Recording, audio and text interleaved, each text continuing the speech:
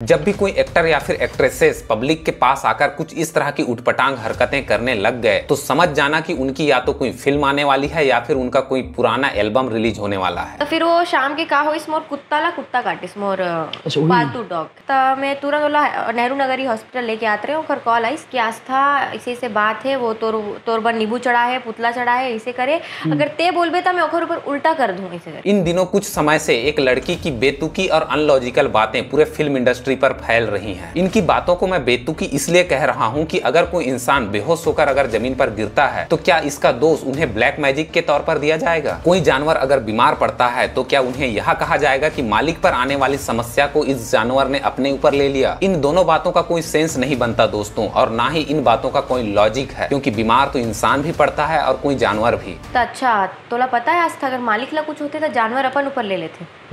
तोर ऊपर होने वाला रिस्क। हाँ और मोला सही में लगी हाँ ये बात है क्योंकि मेरा डॉग बहुत हेल्दी है, ये कैसे हो गया उसके साथ, ये सोच के घर में ही तो रहता है और मेरे दिमाग में चला। फिर मैं रात भर इस चीज़ को सोची और लगातार 4 दिन मैं खाना ही नहीं खाई। आजकल फिल्म इंडस्ट्री में क्या चल रही है, कैसे यहाँ के लोग एक दूसरे के टांग खींचने पर लगे हुए हैं। फिल्मों के लिए यहाँ की एक्ट्रेसेस कैसे एक दूसरे के खिलाफ षड्यंत्र रच रहे हैं। यह मात्र एक षड्यंत्र है या फिर उनकी आने वाली फिल्मों की एक प्रमोशन का एक तरीका है? धीरे धीरे करके पूरे फिल्म इंडस्ट्री के पोल खुल रहे हैं। अपने दिमाग पर ज्यादा जोर डालने की जरूरत नहीं है। याद करो आज से कुछ दिन पहले मनीष स्टार का एक एल्बम आया था। उस एल्बम में एक लड़की जो है एक्ट्रेसेस का रोल प्ले कर रही है, जिसको उनके ड्रेस को लेकर काफी ज्यादा लोगों ने ट्रोल किया है। लोगों का कहना था कि यह जो ड्रेस है यह छत्तीसगढ़िया लुक नहीं है और ना ही इन्होंने जो पहनावा पहना हुआ है यह छत्तीसगढ़ की परंपरा है।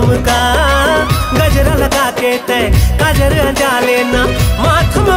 सजा लेना। इनसे मिलिए, ये है आस्था शर्मा जी। आप लोगों की तरह इसे भी मैं आज से पहले नहीं जान रहा था। जो पुराने टिकटॉकर होंगे जो 30 सेकंड या फिर 1 मिनट का रील्स बनाते हैं उनको इनके बारे में बहुत अच्छे से पता होगा, क्योंकि आस्था शर्मा जी का पूरा करियर टिकटॉक से ही शुरू हुआ था। आस्था शर्मा जी रायपुर के एक थाने में जाकर यह रिपोर्ट लिखवाती हैं कि छत्तीसगढ़ी फिल्म इंडस्ट्री की कोई एक्ट्रेसेस उनके ऊपर जादू टोना करके उन्हें मानसिक रूप से प्रताड़ित कर रही हैं। कोई यकीन करे या ना करे, लेकिन यह बात बिल्कुल सच है दोस्तों। तो सुबह सुबह मीडिया वाले कल मेरे को 8-9 मीडिया वाले फोन किए हैं कि आस्था इंटरव्यू मैं बोली मैं एक ही इंटरव्यू दूंगी, मैं सबको तो सफाई नहीं दूंगी।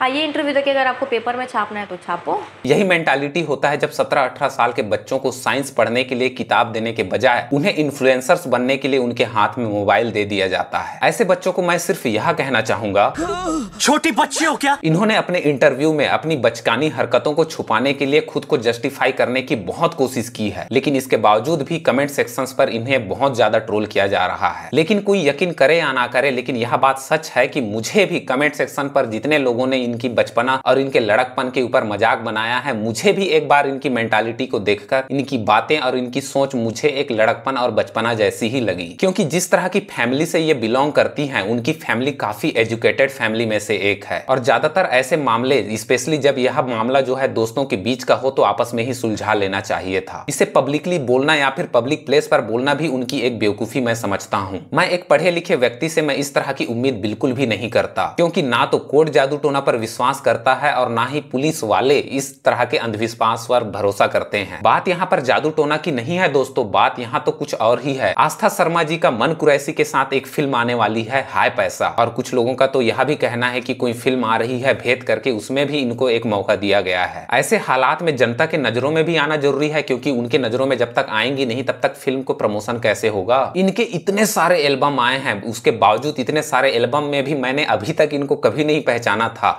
और ना ही कभी अच्छे से इन्हें मैं जान पाया हूँ। क्या चल रहा है भाई छत्तीसगढ़ में? आजकल लोगों को यह लगने लग गया है कि कंट्रोवर्सी से ही कोई फिल्म चलने वाली है, जबकि वास्तविक सच्चाई तो यह है कि छत्तीसगढ़ की जनता अब धीरे धीरे जाग चुकी है। आप जादू टोना की बात करो या फिर कोई और घटना के बारे में बताओ, लोग अब आप लोगों के ऊपर भरोसा नहीं करेंगे जब तक आपकी बातों में सत्यता नहीं होगी। ठीक है, मानते हैं कि कुछ घटनाएं आपके साथ घटी हुई होंगी, लेकिन अपने दोस्तों के बीच की बातों को अपने परिवार में बैठ के ही खत्म करना चाहिए था। खैर दोस्तों, आखिर में मैं बस इतना ही कहना चाहूंगा कि हो सकता है कि ये उनके फिल्मी नौटंकी का कोई हिस्सा भी हो सकता है, लेकिन अगर मामला पुलिस तक गया है तो हो सकता है कि उनकी बातों में सच्चाई हो। हो। लेकिन हमें यह बात बिल्कुल भी नहीं भूलनी चाहिए कि आज से पहले भी कई लोगों ने अपनी फिल्मों को चलाने के लिए कई तरह की इस तरह के हथकंडे अपनाए हुए थे। स्पेशली किसी बड़े कलाकार का नाम लेके फिल्म को चलाने की कोशिश की गई थी। वर्तमान में भी कुछ इसी तरह का सिचुएशन चल रहा है। तो देखिए कि इनकी बातों में कितनी सच्चाई है कितनी नहीं, ये तो आगे आने वाला समय ही बताएगा। खैर, इस पर आप लोगों का क्या ख्याल है मुझे कमेंट करके जरूर बताइए। मिलते हैं दोस्तों अपने नेक्स्ट वीडियो पर।